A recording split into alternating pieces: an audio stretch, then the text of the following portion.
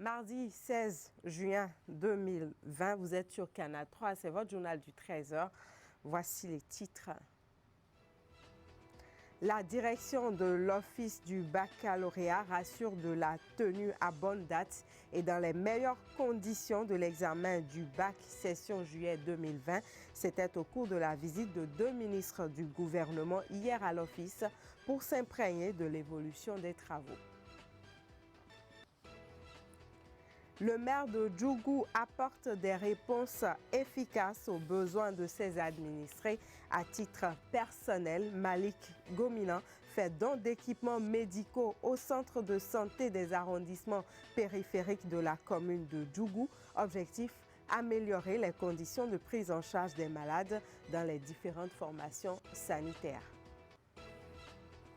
Sortie médiatique de l'Union des chambres interdépartementales de métiers du Bénin. Par la voix de son président, l'organisation témoigne la gratitude des acteurs au chef de l'État et son gouvernement pour l'ensemble des mesures prises en vue de soutenir les secteurs d'activité touchés par le nouveau coronavirus.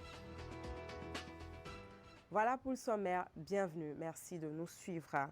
Tout est fin prêt pour la tenue de l'examen du baccalauréat session de juillet 2020. C'est l'essentiel à retenir de la visite hier à l'Office du bac de 2 ministres du gouvernement. Il s'agit de la ministre de l'Enseignement supérieur et de la Recherche scientifique et du ministre de la Formation et du ministre des Enseignements secondaires, techniques et de la formation professionnelle. Les 2 ministres sont allés s'enquérir du niveau des préparatifs de cet examen dont la phase écrite démarre le lundi 20 juillet 2020. Compte rendu Idrissou Boukari. Lundi 20 juillet 2020, c'est la date retenue pour le démarrage de la phase écrite de l'examen du baccalauréat session de 2020. À un peu plus d'un mois de ce rendez-vous, les ministres concernés par l'organisation de cet examen viennent aux nouvelles. Éléonore Yahi de l'enseignement supérieur et Maoyon Kapo des enseignements secondaires, techniques et de la formation professionnelle effectuent dans l'après-midi de ce lundi une visite à la direction de l'Office du baccalauréat. Objectif, s'enquérir du niveau des préparatifs et au besoin apporter des solutions aux éventuelles difficultés auxquelles sont confrontés le professeur Alphonse Da Silva et son équipe. Donc, nous sommes fin prêts à l'Office du baccalauréat. J'ai fait visiter les ministres le couvent.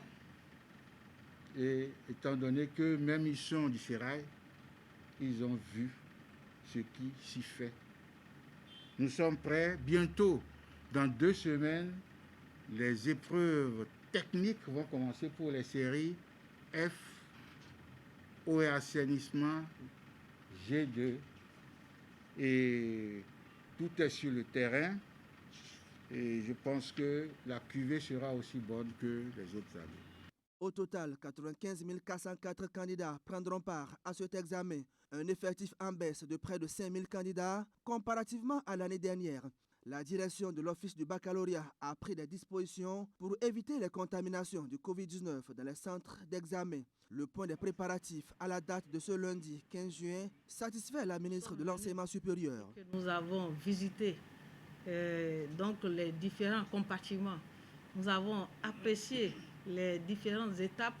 Nous sommes très surprises et agréablement alors. Surprises d'entendre et de constater de visu que effectivement l'organisation de bac, les préparatifs de bac session 2020 s'est bouclé et nous devons pouvoir féliciter monsieur le directeur de l'Office du bac et tous ses collaborateurs ainsi que toutes les structures qui viennent en appui, parce qu'une chose est déjà d'être prête et une chose est maintenant de montrer ce qu'on a préparé et d'aller le dérouler donc sur le terrain. Ce que nous avons vu, ma collègue et moi, tout à l'heure, dénote de la parfaite organisation et cela ne nous a point surpris parce que, connaissant les compétences qui sont mises en œuvre au niveau de l'Office du baccalauréat, nous savons que cela se passe toujours bien. Après la direction de l'Office du baccalauréat, les ministres Eleonore Yahi et Maouyo Kakpo se sont rendus au lycée technique Koulibaly de Cotonou. C'est l'un des centres qui abrite les travaux du secrétariat du test des aspirants au métier d'enseignant qui a eu lieu samedi dernier sur l'ensemble du territoire national. Des conseils ont été prodigués aux agents commis à la tâche pour un travail transparent. Retour à présent justement sur les compositions de ces enseignants inscrits au test des aspirants au métier d'enseignement. Ils ont composé sur toute l'étendue du territoire samedi dans le département du Zou. Plusieurs centres de composition ont été retenus à l'occasion. À Boycon par exemple, les professeurs et enseignants professeurs certifiés ont été accueillis au lycée technique de la ville. Ils sont au total 566 candidats. Troisième phase du test pour les aspirants au métier d'enseignant. La composition a rassemblé ce samedi tous ceux qui se sont inscrits pour cette évaluation dans les différents centres retenus à cet effet. À Boycon, au lycée technique, 566 professeurs et élèves professeurs certifiés étaient attendus. Ils ont été répartis dans 19 salles. Ici, comme dans les autres centres de composition du Zou, l'accès est subordonné au lavage systématique des mains et le port obligatoire de masques. Les professeurs certifiés, élèves professeurs certifiés, c'est eux qui sont ici. Et ces candidats sont de spécialités diverses, de disciplines diverses. Nous avons une dizaine de spécialités, pour ne pas dire disciplines, dans lesquelles les candidats ont composé. Les premières dispositions sont celles relatives aux mesures barrières contre la propagation de ce mal. Donc vous devez avoir vu juste à l'entrée qu'il y a des dispositifs de lave-mains et que tous ceux que vous rencontrez dans la maison ont porté le masque. C'est des instructions fermes que nous faisons respecter, qu'on nous a demandé aussi de faire respecter. Donc la hiérarchie nous a demandé de faire respecter. Nous avons reçu des consignes aussi bien orales qu'écrites dans ce sens. Aussi dans les salles, on a essayé au maximum de distancer les candidats, au maximum, selon nos possibilités, pour que la propagation soit limitée, ou bien n'ait même pas lieu. Dans le rang des candidats, cette nouvelle méthode de recrutement des enseignants instaurée par le gouvernement semble être appréciée. Toutefois, il déplore le fait que certains sont encore à la maison, bien qu'ils soient déclarés admis lors des tests précédents. L'enseignement, ce n'est pas tout le monde qui peut le faire. C'est celui qui est capable qui pourra le faire. C'est pourquoi il faut un test pour diagnostiquer réellement qui sont ceux qui peuvent le faire et qui sont ceux qui ne peuvent pas le faire.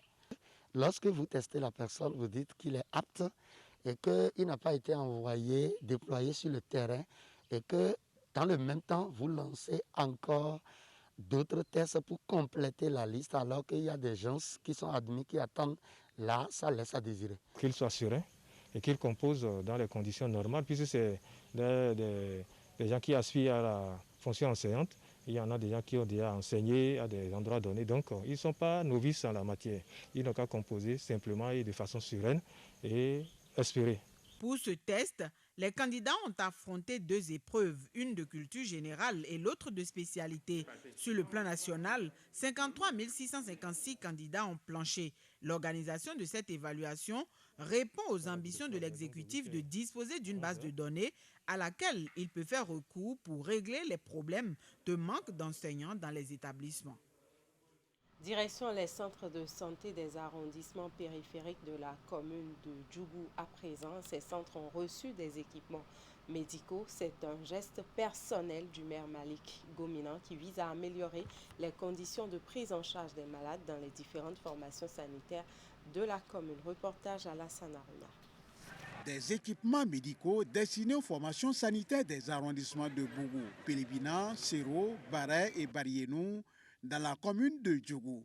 C'est un geste personnel du maire Abdoulseibou Malik Gomina qui poursuit ainsi ses œuvres philanthropiques à l'endroit des formations sanitaires de certaines localités périphériques de la commune qui jusque-là manquaient du minimum pour la prise en charge des patients.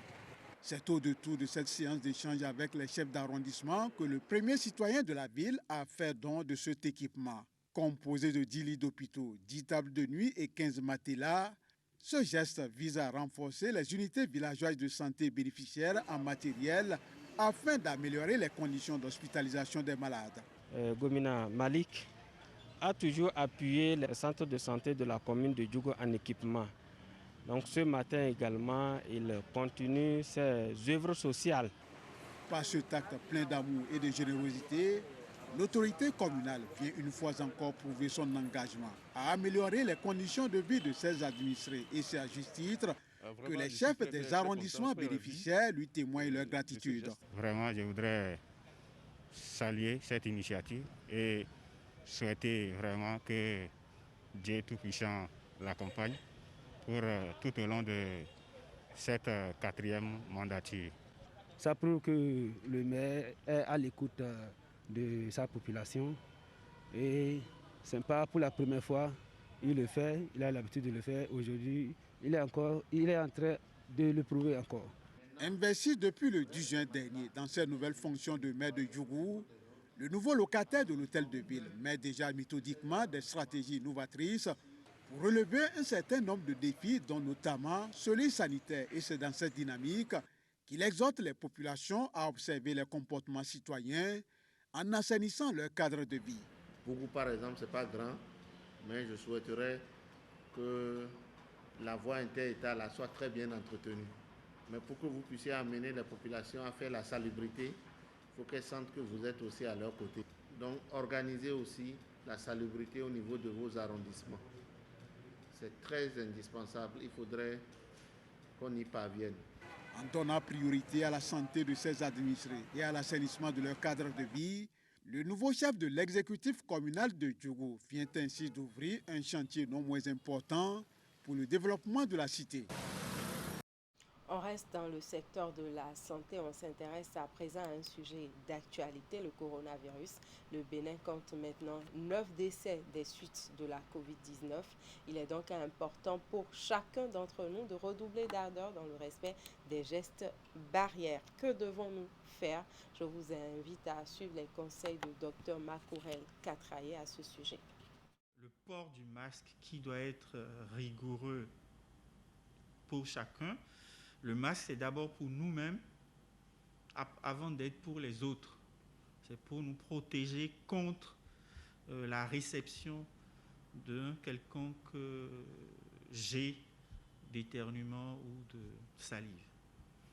La deuxième chose, c'est que quand on devrait éternuer, il faudra éternuer dans le coude de son bras et surtout se laver les mains. Il ne faudra pas qu'on se fatigue de se laver les mains aussi parce qu'on touche à tout. Et on ne sait pas quand on touche aux microbes. Donc à chaque fois qu'on a l'occasion de se laver les mains, il faudrait le faire. Il ne faudrait pas se fatiguer, penser que c'est fatigant de se laver tout le temps les mains. C'est vrai que la main va sécher, mais je conseille à tout un chacun d'avoir un peu de beurre de karité qu'on a à vil prix dans une petite boîte qui de temps en temps va réhydrater la peau pour qu'elle ne sèche pas sous le coup de ce lavage intensif qui est demandé. Il y a aussi la distanciation sociale. Nous voyons dans la rue des gens se mettre à 3 sur une moto, malgré les interdictions. C'est pas pour le ministère, c'est pas pour le gouvernement qu'on demande ça, mais c'est pour eux. Parce que quand vous êtes proche, vous recevez plus facilement un jet de morve que quand vous êtes éloigné au moins à 1 mètre. C'est pourquoi on conseille dans les bus de se mettre sur les 2 bouts, dans les rangs de respecter au moins 1 mètre, en face d'un comptoir de prendre du recul. Ce n'est que de petites précautions qui vont nous aider à couper la barrière qui permet le contact et la transmission du virus. Il y a le masque dans la rue aujourd'hui, ça se vend 100 francs, 200 francs, 500 francs. Il serait souhaitable que chacun de nous ayons au moins 2 masques en tissu, lavables, et chaque soir que l'on trempe l'un pour porter l'autre le lendemain, de sorte à avoir un masque propre. Parce que quand vous avez utilisé un masque toute la journée et que vous rentrez, vous le déposez sur votre lit, vous déposez le virus sur le lit. Vous déposez sur votre table, vous déposez le virus sur votre table. Donc, dès que vous rentrez chez vous, ce masque doit aller dans une solution détergente pour quelques minutes, histoire de laver et de sécher le masque. Et on portera l'autre le lendemain, de sorte que vous ayez toujours un masque propre pour la journée. Autre chose maintenant, première sortie médiatique de l'association Lien National. Il s'agit d'une association composée de jeunes leaders avec pour mission d'accompagner le président de la République dans la transformation du Bénin. Lien National réclame déjà un second mandat pour le président Patrice Talon afin de lui permettre de continuer l'œuvre de développement entamée depuis 2016. La rencontre a eu lieu hier au Champ d'Oiseaux à Cotonou. On en parle en détail avec Uric Gaba et Elvis Tonoukoy. Tel un père, Excellence, Monsieur le Président de la République, vos fils et filles du Bénin vous appellent à poursuivre la construction de l'édifice commun que vous avez si bien commencé depuis quelques années. Un deuxième mandat pour le président Patrice Talon. C'est la doléance de l'association Lien National. C'est un regroupement d'anciens leaders des différentes universités du Bénin qui se donnent pour mission de participer au développement du pays. Sidérés par le mode de gouvernance depuis 2016, ils ont décidé d'apporter leur pierre à l'édifice en mutualisant leurs expériences pour accompagner le président Patrice Talon. Loin de toutes les théories utopiques, le présent assure et rassure par les actions objectives, concrètes et tangibles qui sont menées. Au-delà du bloc républicain et de l'Union progressiste, il sera question en 2021 de continuer les œuvres de développement entamées dans notre pays afin d'assurer leur maturation au grand bonheur des millions de Béninois que nous sommes. Loin d'être un simple slogan de campagne, les membres de Lien National sont motivés par les réformes profondes en cours et la relance du secteur économique, sans oublier la lutte contre la gabegie financière. Un exemple de gouvernance qui galvanise et redonne espoir à la jeunesse. Le Lien National constitue aujourd'hui le réservoir de la jeunesse outillée, suffisamment expérimentée à partir de son parcours, à partir de la richesse du passé.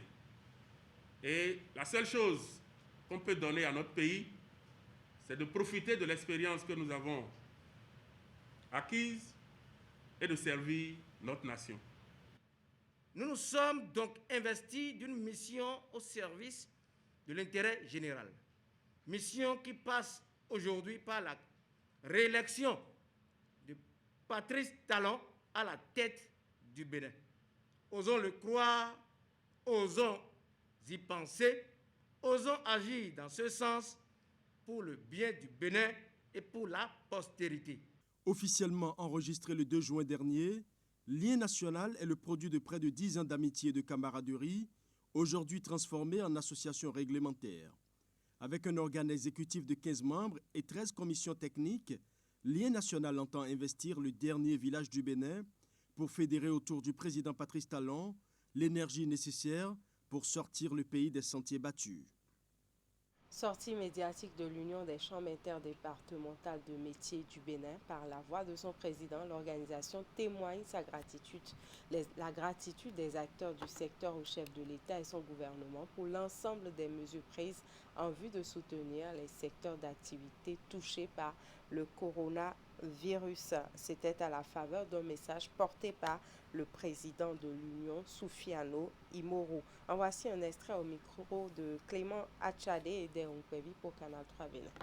Le cadre des mesures d'atténuation des effets socio-économiques néfastes de la pandémie de Covid-19, le gouvernement a décidé d'un appui consistant au secteur de l'artisanat.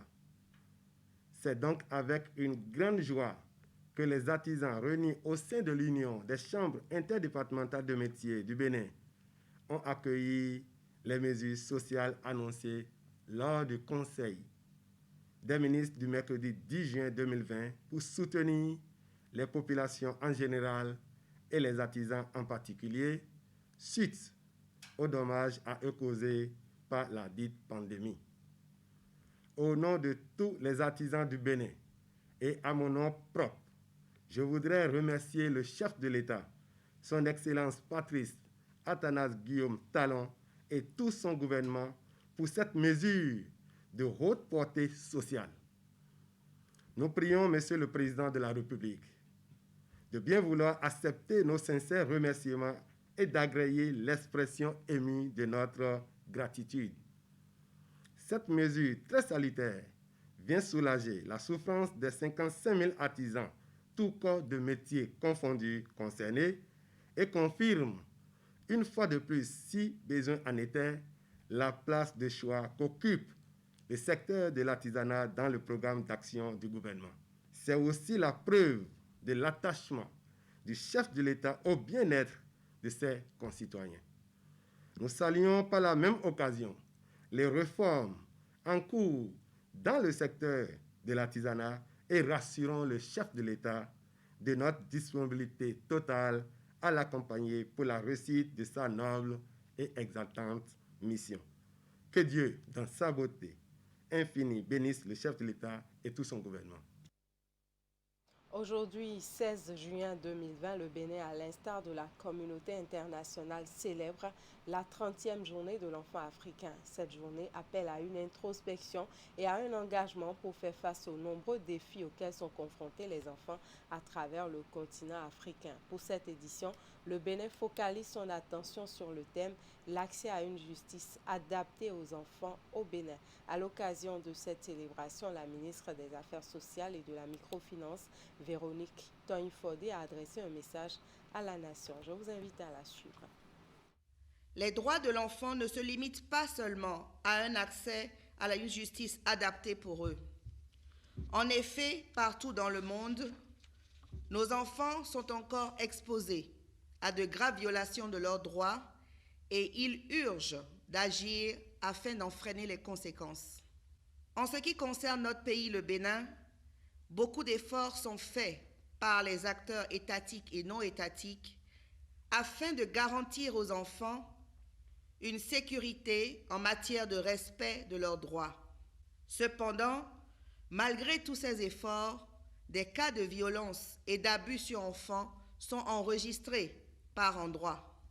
Chers compatriotes, face à ce tableau, je voudrais rassurer la population béninoise de l'intérêt soutenu que le président de la République, son Excellence Patrice Talon, accorde à l'épanouissement et au bien-être des enfants à travers de nombreuses initiatives dans le cadre de la protection de l'enfant.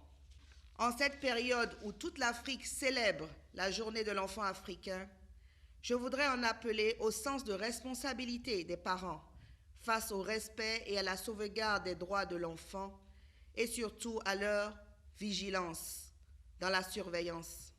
Quant aux personnes de mauvaise foi qui, malgré les nombreuses séances de sensibilisation et de dissémination des textes de loi protégeant les enfants en République du Bénin, continuent de piétiner ces droits et de porter atteinte à leur intégrité physique, morale ou psychologique, je rappelle que la loi numéro 2015-08 du 8 décembre 2015 portant Code de l'enfant en République du Bénin a défini à partir de son article 324 jusqu'à l'article 405 des actes caractérisés d'infraction contre l'enfant et a prévu des dispositions applicables à chacune de ces infractions assorties des peines encourues. Le gouvernement de la République du Bénin, qui a fait de son cheval de bataille la lutte contre l'impunité, mettra tout en œuvre pour faire subir à tout contrevenant la rigueur de la loi. Aussi, de nombreuses actions sont-elles menées par mon département ministériel pour assurer convenablement son rôle de leadership en matière de protection de l'enfant. Au nombre de ces actions figure l'élaboration de la politique nationale de protection de l'enfant et son plan d'action, la mise en œuvre de ce plan, la vulgarisation du Code de l'enfant, l'opérationnalisation de la ligne d'assistance à l'enfant, le numéro vers 138, l'élaboration d'un plan d'amélioration de la qualité de prise en charge des enfants dans les centres d'accueil et de protection, les séances de sensibilisation des élèves des collèges et lycées sur les risques liés au comportement déviant, la réactivation du Conseil national de protection nationale pour une meilleure synergie plurisectorielle d'impact, toutes choses qui témoignent de l'intérêt que le gouvernement accorde au secteur de la protection des enfants au Bénin.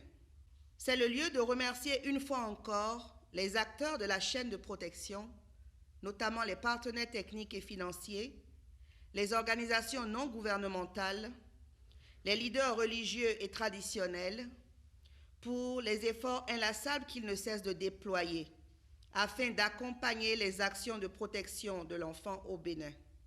Je profite de cette occasion qui m'est offerte pour susciter davantage leur engagement aux côtés du gouvernement béninois dans la mise en œuvre de la politique nationale de protection de l'enfant, garantissant la prise d'initiatives appropriées à l'épanouissement et au bien-être de l'enfant. C'est ensemble que nous y parviendrons et dirons avec Robert Debré que les enfants sont notre éternité. Eh bien, 16 juin 2020, journée de l'enfant africain. Le sujet a été également abordé sur votre émission Actu Matin. La situation de l'enfant au Bénin a fait l'objet des échanges. Je vous invite à suivre l'invité de l'émission, Odogun, à ce sujet. Il y a beaucoup de choses qui se font pour le bien-être de l'enfant béninois. Les statistiques ne sont pas demeurées très négatives, mais on dit tant qu'il reste à faire, rien n'est encore fait. Donc la situation n'est pas pour autant reluisante pour l'enfant béninois, parce que vous-même, vous n'êtes pas sans savoir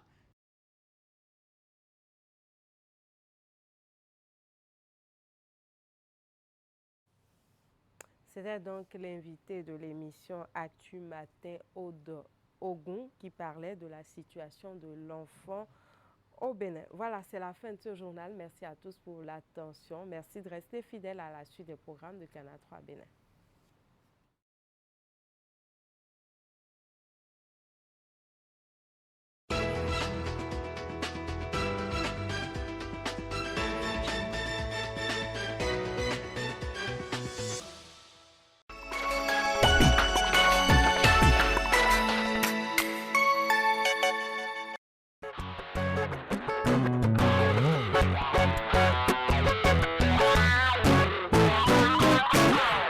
Les nouvelles, ça il faut le dire, ne sont pas du tout bonnes. Le Bénin recense chaque jour